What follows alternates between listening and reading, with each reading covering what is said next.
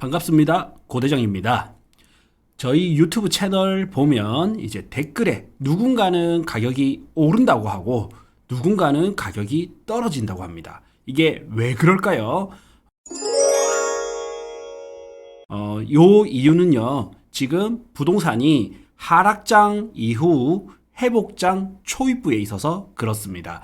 보통 이제 긴 하락장 끝에 상승을 한다고 하면 당연히 1급지가 제일 먼저 오르겠죠. 상급지가 먼저 오르고 나면 이제 하급지가 따라 올라간단 말이죠. 그래서 상급지 오르고 중급지 올라가고 하급지가 올라가는데 지금은 상급지 위주로 반등을 하다 보니까 상급지의 아파트를 보시는 분들은 가격이 오른다고 하고요.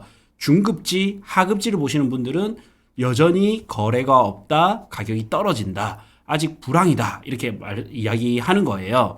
그래서 내가 어떤 부동산을 보냐, 어떤 입지의 아파트를 보냐에 따라서 완전히 해석이 달라질 수 있습니다. 그런데 이 부동산 시장 흐름에 대한 사이클에 대한 이해도가 있다면 더 올바른 이해를 할 수가 있고 접근할 수가 있겠죠.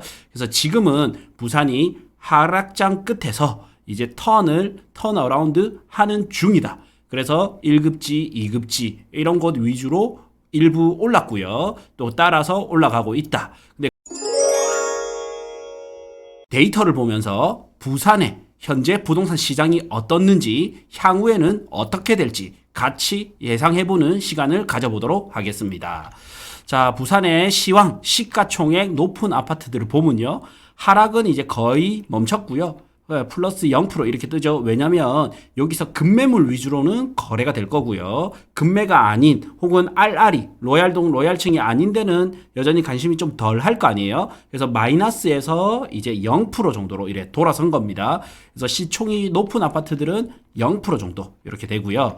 다음 이제 가격 흐름을 보시면 부동산의 전체 흐름을 보시면 부산 아파트 시세 전체 흐름 한번 보십시오. 결국에 부동산 가격은 우상향하게 되어 있습니다. 왜냐? 화폐 가치가 계속적으로 하락하기 때문이죠. 대한민국 같은 경우에는 원화가 1년에 5%에서 6% 정도 매년 증감을 해왔습니다. 증가를 해왔단 말이죠. 그래서 5%씩 이게 15년 정도 딱 지나면 딱 2배가 되거든요. 그래서 우리는 과거에 분양가 대비 2배가 오른 아파트는 보지 말자. 이거는 꽤 올랐다. 뭐 이런 속설도 그런 원리 때문에 생긴 거고요. 코로나 때는 보시다시피 집값이 많이 올랐어요. 특정 단지들은 거의 3배가량 이렇게 올랐단 말이죠. 그때 통화량이 거의 3배 정도 풀렸습니다. 그래서 집값은 결국 통화량과 관계가 굉장히 높고 돈이 풀리는 한 집값의 사이클은 있을 뿐이지 결국 우상향할 가능성이 상당히 높습니다. 자, 최근의 동향을 보면 2019년 9월 이후 폭등을 했죠. 이제 조정 대상 지역에서 해제되면서 1차 폭등, 코로나가 오면서 저금리 및 유동성 시장이 되면서 2차 폭등. 그 다음 2020년 하반기에 임대차법이 개정되면서 3차 폭등을 했고요. 인위적인 폭등이 있다 보니까 또 인위적인 폭락이 오게 되었습니다. 그리고 지금은 거의 바닥을 다지고 있고요. 그리고 최근 1년치를 보면 이렇게 일부 조금 오르면 대출 규제가 나왔다든지 계엄령이 터졌다든지 이러면서 다시 이제 조금 하락하다가 지금은 2025년 2월부터는 시세가 조금씩 올라가고요. 전세는 조금 더 매매보다는 더 오르고 있습니다. 그래서 어느덧 우리도 모르게 부산의 평균 아파트 가격은 소폭이지만 조금씩 오르고 있습니다. 자, 그 다음 요런 것만 봐도 이제 우리가 지금 요렇게 요 시기 다음 살짝 오를 거 아니에요. 저는 이제 거의 바닥을 다지고 살짝 턴 어라운드 하는 요 시기에 가깝지 않나 이렇게 봐지고요. 그 근거 데이터로 몇 개 더 추가로 보겠습니다. 자, 우선 저는 제일 중요한 게 첫 번째가 뭐라고 말씀드리냐면 고평가냐 저평가냐 이게 가장 중요하다 말씀드렸죠. 그래서 저는 지역을 17개 시도별로 가장 저평가된 지역을 찾고요. 다음에는 입지별로 저평가된 곳, 그리고 아파트 개별 단지별로 저평가된 곳을 찾는단 말이죠. 그렇게 하면 투자 성공률 혹은 내 집 마련 성공 확률이 훨씬 높아집니다. 그래서 부산에 얼만큼 저평가되어 있는지 한번 보겠습니다. 첫 번째 지표는 소득 대비 집값을 보면서 10년 평균을 보는 거예요. 근데 부산의 10년 평균은 7.7인데 현재 이제 7.2 정도 된단 말이죠. 그러면 약 한 10% 조금 안 되게 저평가 구간에 들어섰다. 이제 소득 대비 집값을 봤을 때는 어느 정도 중간급인데 살짝은 저평가 구간에 들어왔다. 그래서 저는 항상 아파트 투자를 하는 분들에게는 내 집 마련은 5년 혹은 10년을 살아야 되기 때문에 이거를 하락장이 오면 깔고 앉아 있으면 되지만 투자자다 이러면 하락을 보고 가는 게 아니라 상승에 베팅을 하는 거잖아요. 그럴 때 저는 이제 빨간불이 들어오면 조금 주의가 필요하고 녹색불에서 적극적으로 보셔라. 그리고 녹색에서 바닥이 언제 될지 모른다면 녹색불부터 조금씩 들어가도 괜찮다. 이렇게 많이 말씀드리거든요. 지금 소득 대비 집값으로 봤을 때는 이제 저평가 구간에 왔습니다. 다음으로는 주택 구매력 지수를 보면요. 요거는 이제 내가 집을 사서 내 소득을 가지고 집에 대한 이자를 내는 데까지 포함해서 집을 여기 말 그대로 주택을 구매하는데 얼마나 매력이 있느냐. 그래서 내가 이거를 잘 모르겠다 하면 찍어 보시면 바로 나옵니다. 그래서 그냥 대략적으로 얼마나 주택 구매하는데 매력이 있느냐라고 보시면 되고, 그러면 매력이 높으면 상당히 좋은 거고요. 매력이 낮았을 때는 고평가 상태고 이제 주택을 구매하는데 매력이 낮다 이래 보시면 돼요. 그래서 지금 부산 같은 경우에는 이거를 시세 흐름과 같이 한번 보겠습니다. 이제 과거에 매력이 있는 요 구간에 딱 있을 때는 요때 이제 집을 사고자 많이 하겠죠. 이제 매력적이기 때문에. 그러고 나니까 사는 사람들이 많이 늘어나니까 가격이 오릅니다. 그리고 구매력 지수가 떨어집니다. 이제 주택 구매하는데 매력이 떨어지기 때문에 점점 매수자가 적은 거예요. 그러다 보니까 이제 시세가 하락하게 되고요. 시세가 하락하다 보니까 다시 주택을 구매하는데 매력적으로 바뀌는 거죠. 그래서 매력을 정점을 찍고 이제 가격이 올라가게 됩니다. 그리고 바닥을 찍고 다시 집값이 떨어지게 됩니다. 그래서 지금 이제 10년 평균을 보면 평균 91.7 대비 지금은 보통 정도 수준. 96.5로 보통보다 살짝 위에라고 보시면 돼요. 그래서 주택 구매력 지수나 소득 대비 집값을 봤을 때 부산은 전체적으로 저는 한 8%에서 10% 정도 매력적이구나 혹은 10% 정도 저평가되어 있구나 이렇게 해석이 되고요. 세 번째는 뭐가 있냐면 전세가 대비 매매가입니다. 근데 안타깝게도 전세가 대비 매매가는 이제 좋은 상태가 아니에요. 그래서 이거는 보통 상가 투자를 할 때 월세 대비 매매가 얼마 나오느냐 혹은 매매가 대비 월세가 얼마 나오느냐 따라서 가치 평가를 하는 방법을 역으로 이제 아파트 같은 경우에는 월세보다는 전세를 많이 보잖아요. 그래서 전세 대비 저평가를 보는 거예요. 근데 전세 대비 저평가를 봤을 때는 지금 7.3% 정도 고평가되어 있다 나오죠. 근데 이게 왜 그러냐면요. 부산이 상대적으로 전세가가 아직까지도 많이 저렴한 편입니다. 그래서 전세 대비 저평가를 봤을 때 전세가 싸거나 매매가 비싼 건데 현재는 전세가 굉장히 폭락을 하면서 눌려 있단 말이죠. 그러다 보니까 상대적으로 매매가가 고평가로 나오는 겁니다. 그래서 앞으로 부산시장은 저는 이제 매매보다도 전세 가격 상승률이 한동안은 더 높지 않을까 이런 생각이 들어요. 예. 우선 그래서 이제 고평가냐 저평가냐 봤을 때 소득 대비 집값 저평가죠. 주택 구매력 지수 저평가죠. 두 개가 이제 저평가고 그다음 전세 대비 임대료 대비 매매가 그러니까 전세가 대비 매매가는 고평가 상태인데 이게 전세 가격이 낮다 보니까 이런 현상이 나왔다. 그래서 전반적으로는 저는 이제 8에서 10% 정도는 저평가 상태에 왔다 이런 생각이 듭니다. 자, 다음으로는 입주 물량을 봐야 돼요. 수요와 공급. 근데 여기서 공급을 먼저 보겠습니다. 자, 공급량을 보면 요런 거는 흔히 조금 볼 수 있죠. 자, 부산시 기준에는 적정 공급량이 16,000세대입니다. 16,000세대인데 이거를 요런 시각으로 그러니까 요런 시선으로 보시면 25년이 이제 9,000 가구가 공급이 있고요. 26년이 11,000 27년이 15,000 가구 공급이 있습니다. 그래서 9,000 가구 대비 15,000 가구 공급은 공급량이 많이 늘었다. 이렇게 해석을 할 수가 있거든요. 그런데 이렇게 해석하면 틀린 해석입니다. 그래서 결국에는 이제 부산 같은 경우에는 적정 수요가 고맙게도 이거를 다 알려주죠. 예전에는 저희가 선수 조사를 해서 엑셀 파일에 입력해서 어디가 공급이 적은지 이런 걸 막 찾으면서 투자를 했는데 이제는 이런 프롭테크를 통해서 손쉽게 찾을 수 있으니까 사실 재테크를 하기에 혹은 내 집 마련을 하기에 너무 좋아졌습니다. 자, 이래 보면 이제 적정 수요는 16,000세대고요.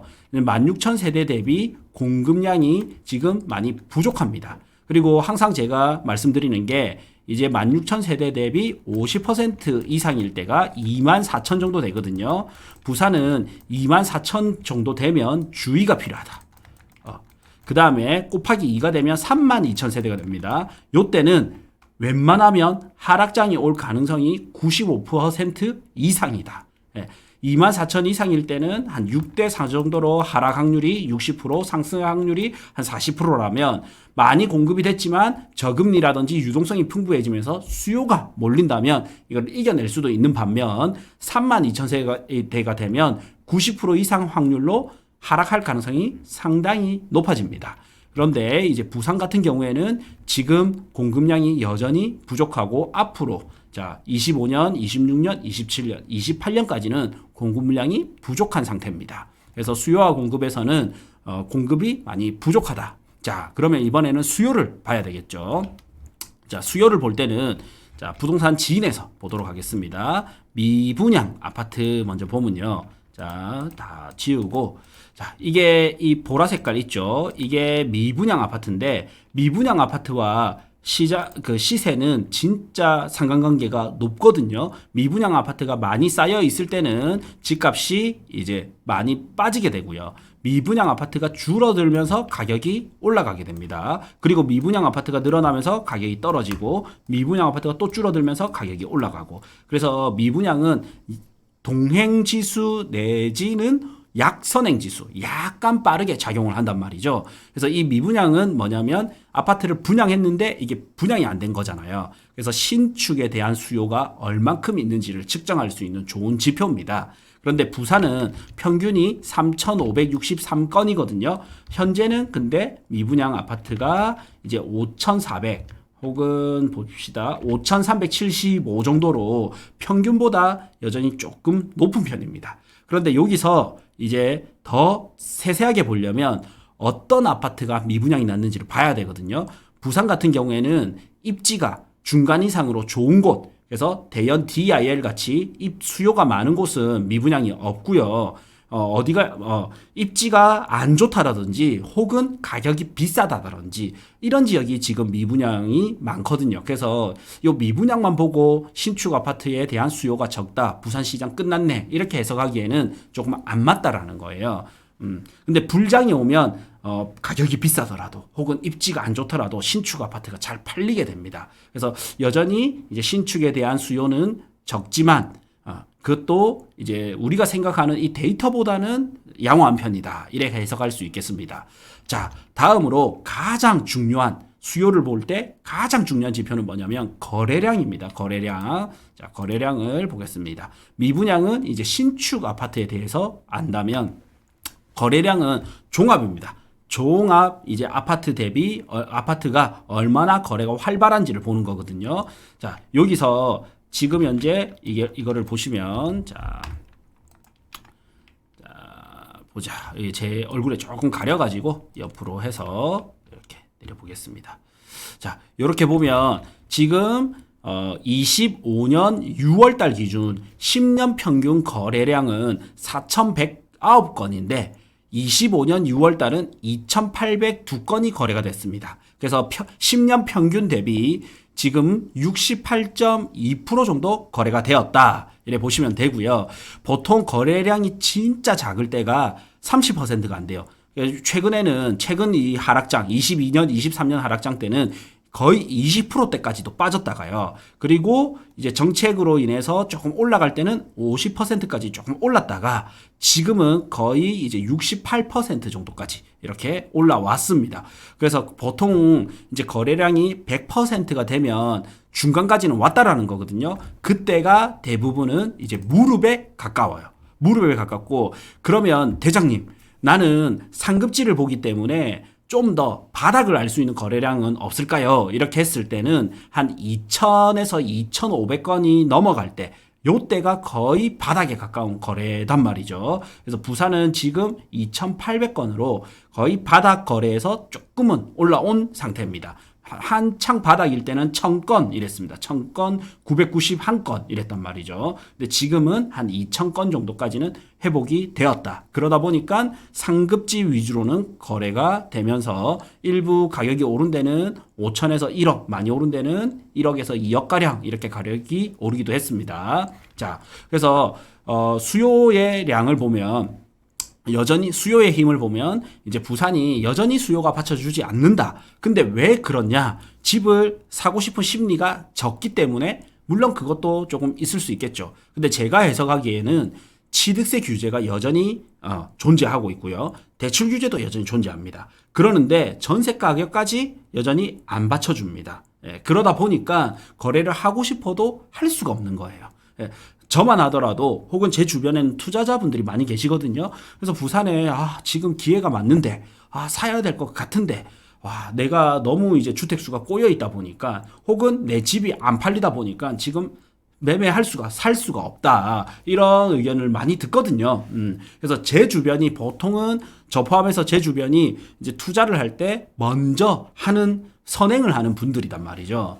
아무래도 제가 이제 한 18년째 투자자고 이제 부동산 강의도 지금 한 12년, 13년째 이래 하고 있단 말이죠. 그러다 보니까 제 주변에는 투자자들이 많고 그 투자자분들은 아무래도 그냥 일반인보다는 조금 더 먼저 움직이는 선수들이란 말이죠. 근데 이 선수들이 사기 싫어서 안 사는 게 아니라 사고 싶어도 꼬여 있다. 그래서 이런 거를 조금 감안한다면 평균이 100이라면 저는 한 80 정도까지는 회복하지 않았을까. 여전히 한 20 정도는 부족하지만 보수적으로 잡아도 한 80 정도는 되지 않았을까. 이렇게 생각이 들고요.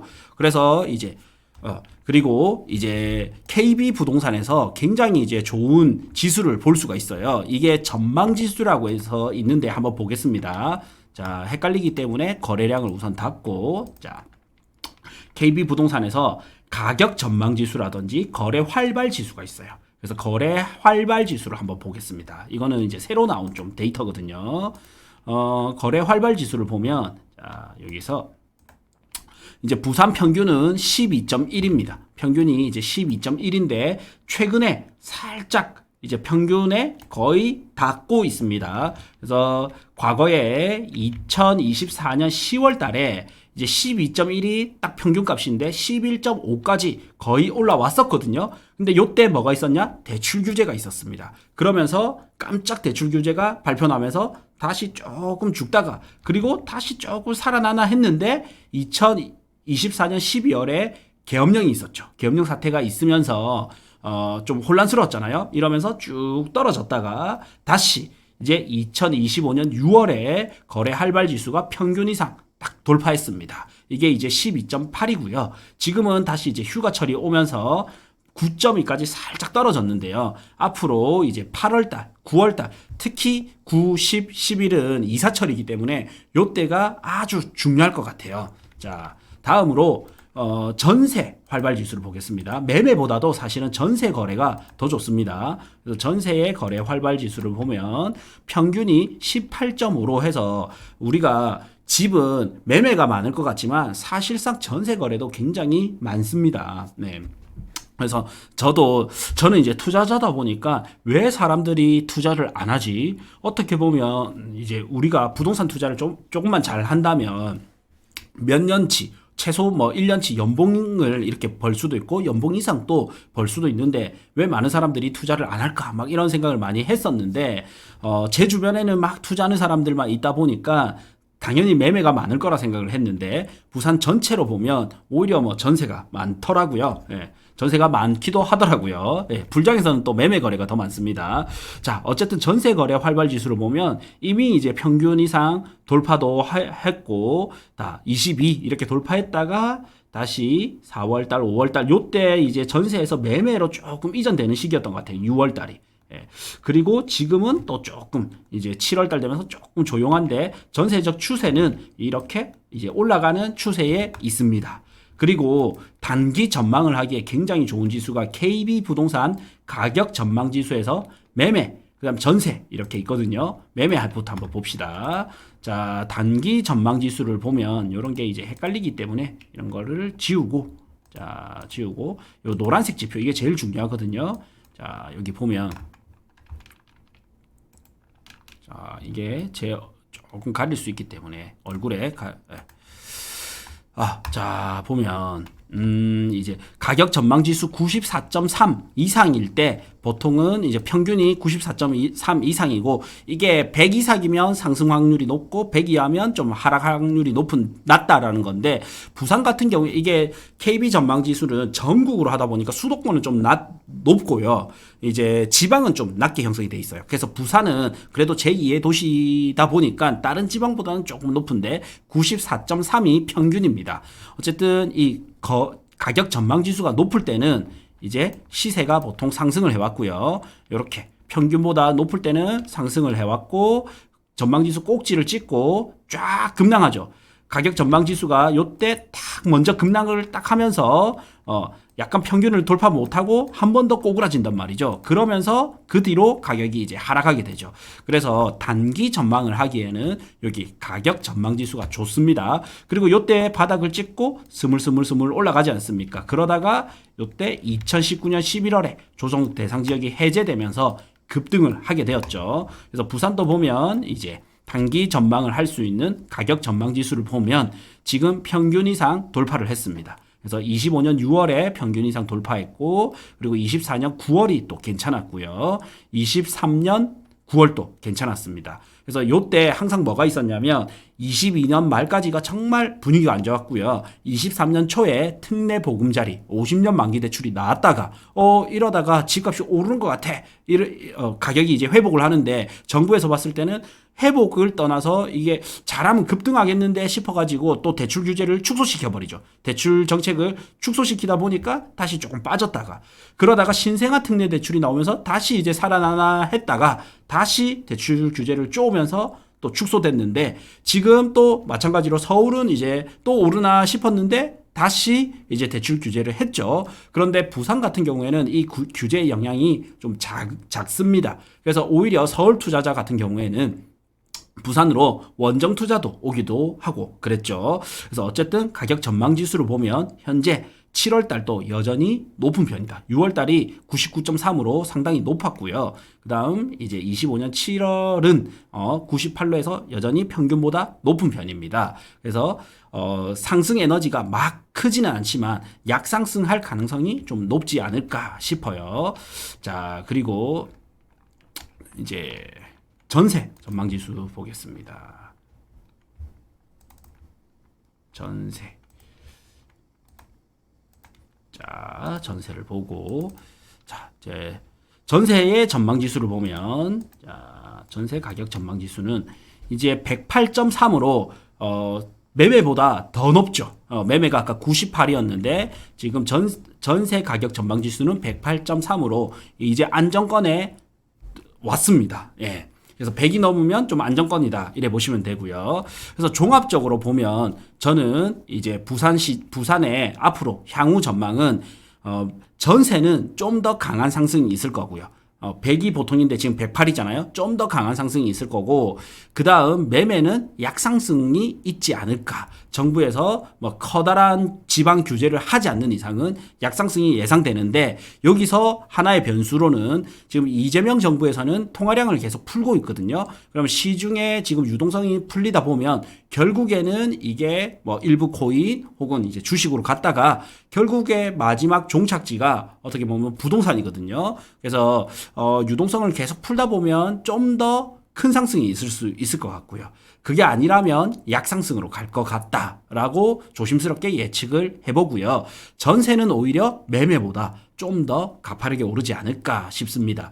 특히 저희는 아파트 단지별로도 필터를 해서 같이 보고 있거든요. 그래서 학군지가 좋다든지, 그 다음에 학군 지역이라든지 실수요가 많은 지역 같은 경우에는 사실 전세 가격이 무섭게 급등하기도 했습니다. 그래서 저는 이왕이면 이번 가을 추석 전 이 시점, 지금 휴가철 이럴 때 마무리되는 이런 시점에 매수를 해야 된다면 조금 더 서둘러서 매수를 하는 게 더 유리하지 않을까. 매매든 전세든. 저는 이제 전세보다는 매매도 오를 가능성이 높기 때문에 전세 지금 살 때는 괜찮은데 2년 뒤 전세가가 올라갈 수도 있고요. 계약갱신 청구권 쓴다 하더라도 4년 뒤에는 전세 가격이 많이 오르지 않을까. 그러면 그 전에 차라리 매매로 빨리 오는 게 좋지 않을까라는 생각이 듭니다. 그리고 참고로 이제 지금 촬영일이 8월 1일인데요. 남천 서밋이 이제 분양가가 나왔죠. 평균 분양가가 평당 가격을 보면 5,443만 원입니다. 그래서 부산에 이제 집값 순위별로 보면요. 평당가를 기준으로 1등이 뭐냐면 해운대 경동 제이드가 5,476만 원입니다. 2등이 해운대 LCT고 5천만 원대고요. 5,035만 원. 3등이 대우 월드마크 센텀이 4,715만 원.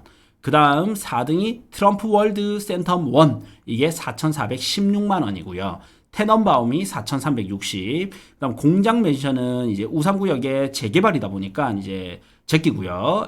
4,300인데 패스하고 그다음 7등 사실상 이제 6위가 되겠죠. 남천자이가 4,252, 용호동 W가 4,100.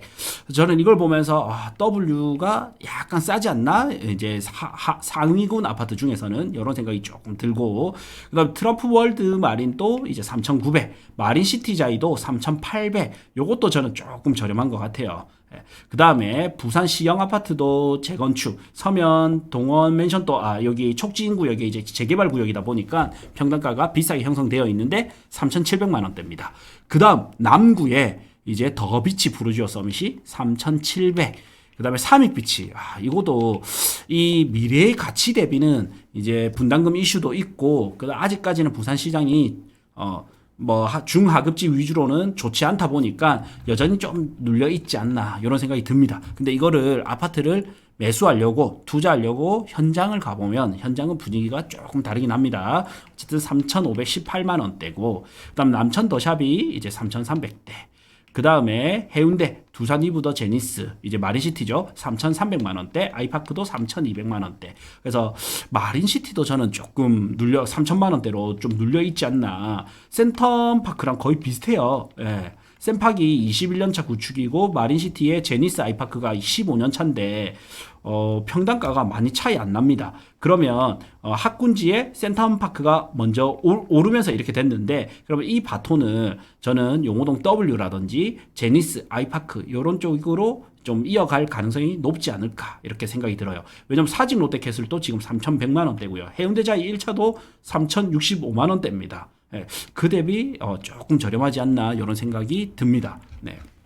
그래서 아마도 남천 서밋의 청약 결과에 따라서 또 부산은 좀 더 하이엔드급의 지금 부산이 어땠냐면 원래라면 1급지부터 가격이 올라가고 그 다음 1.5급지, 그 다음 2급지, 그 다음 3급지 이렇게 순서대로 올라야 되는데 부산은 우리 흔히 좀 S급지가 먼저 올라야 되지만 S급지가 멈췄어요. 왜냐하면 유동성 장애에 의해서 가격이 오르는 게 아니라 실수요 장에서 가격이 오르다 보니까 8억대, 9억대 아파트가 주도를 해서 이 아파트들이 10억대, 11억대 혹은 12억대까지 갔단 말이죠. 그러다 보니 지금 13, 14, 15억 그 이상 하는 아파트가 상승률이 낮았는데 이제는 이 아파트를 살 수 있는 시기가 와버렸어요.